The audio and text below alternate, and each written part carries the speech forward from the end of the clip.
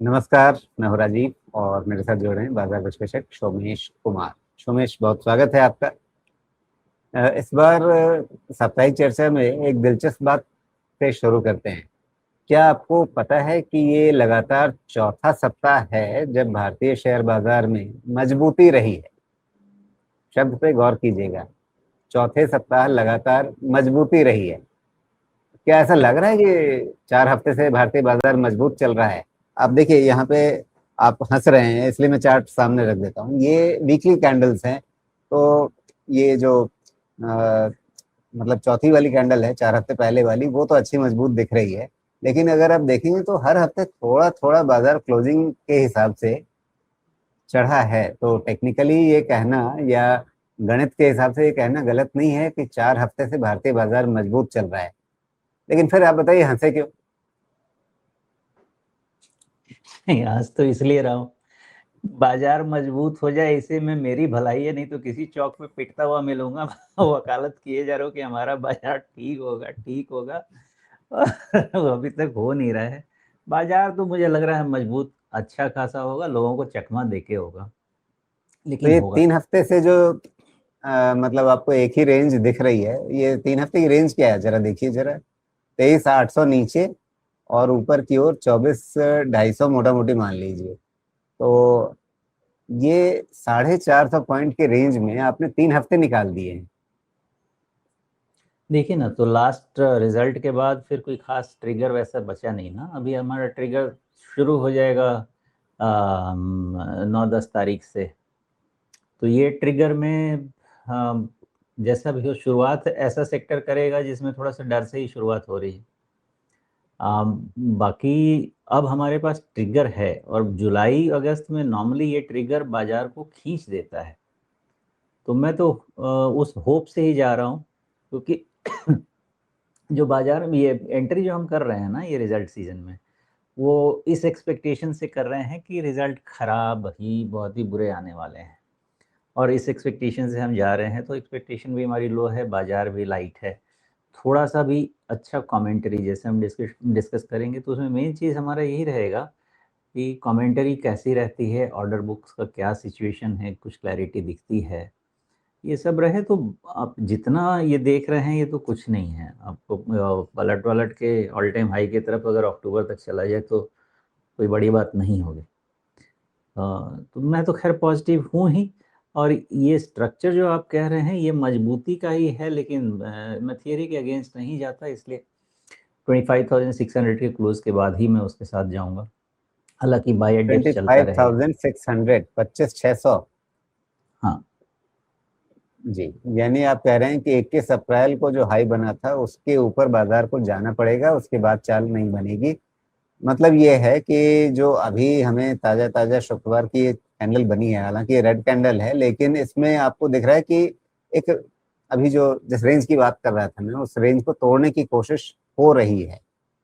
तो कैसे देख रहे हैं आप इस कैंडल को? रेड कैंडल लेकिन रेंज तोड़ने की कोशिश।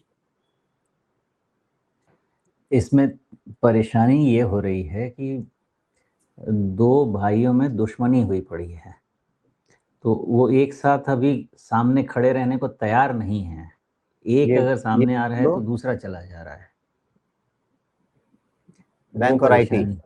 हाँ, ये जो दुश्मनी है ना, ये दुश्मनी के कारण ही प्रॉब्लम है। क्योंकि 2 दिन आईटी में शॉर्ट कवरिंग, तो बैंक कहता है मैं न चलूँ।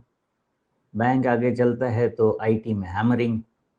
तो ऐसी दुश्मनी निभा रहे हैं ये, कि फिर उसमें ही ये जी, दिक्कत हो रही है समडे। अभी लेकिन आईटी में एक अच्छा स्ट्रक्चर बना है, अब वो काम कर जाए तो 2-4-5% और अपसाइड है। तो लेकिन सब बाय डिप्स का ही बन रहा है, आईटी भी बैंक भी। बट बिल्कुल। उन ओवरऑल सारे मन तो सेक्टर्स ऐसा ही पे रहा ध्यान है। देंगे अभी।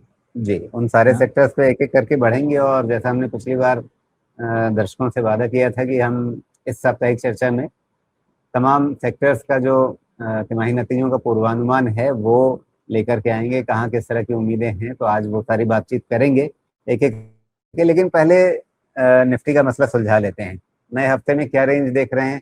जो शुक्रवार की कैंडल रेंज तोड़ने वाली बनी है, ये काम करेगी, नए हफ्ते में नए स्तर दिखेंगे ऊपर, या फिर मामला जो आप कह रहे हैं कि भाई पहले एक बार वो 24,600 पार होना चाहिए, उससे पहले हम कुछ नहीं बात करेंगे?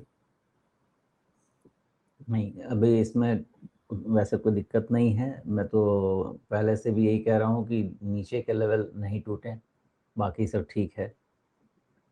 देखिए, थोड़ी इम्प्रूवमेंट है निफ्टी के सिचुएशन में, और जो हम 23,300 के आसपास की बात कर रहे थे, अभी थोड़ा इसमें हम ऊपर आते जाएंगे। क्यों ऊपर आते जाएंगे?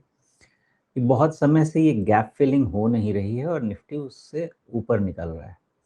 तो अब शायद हमको मोमेंटम प्ले ही लेना पड़ेगा। मोमेंटम प्ले लेने के लिए मोस्ट लाइकली अब सारे ट्रेड्स को हमें ऑलमोस्ट मैनेज करना पड़ेगा 20 डीएमए से। तो 20 डीएमए फिलहाल है 23,800 के आसपास। इसका हम जी, ये देखा। हाँ, ये ही लेके चलेंगे कि क्योंकि अगर मोमेंटम रहना है तो फिर अब ये गैप फिल तो नहीं होना चाहिए।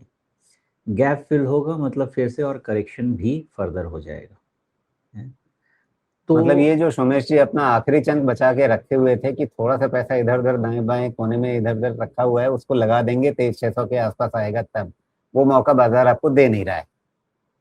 नहीं दे रहा है, और निकलता हुआ नज़र भी आ रहा है, रिजल्ट सीजन में आ रहा है, और इसमें उथल पुथल ज़बरदस्त होती है।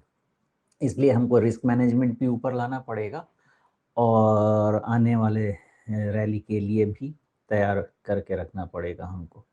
तो अब सब मैनेजमेंट, मेरा ऐसा मानना है कि 23,800 ऑन क्लोजिंग बेसिस शुरू करते हैं, और पॉजिटिव रहते हैं बाजार पे।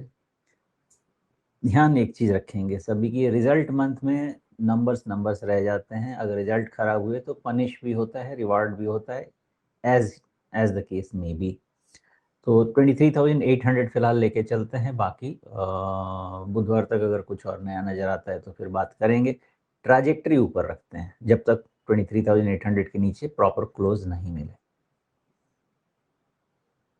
जी बिल्कुल। तो ट्रेजेक्ट्री ऊपर ही रखनी है।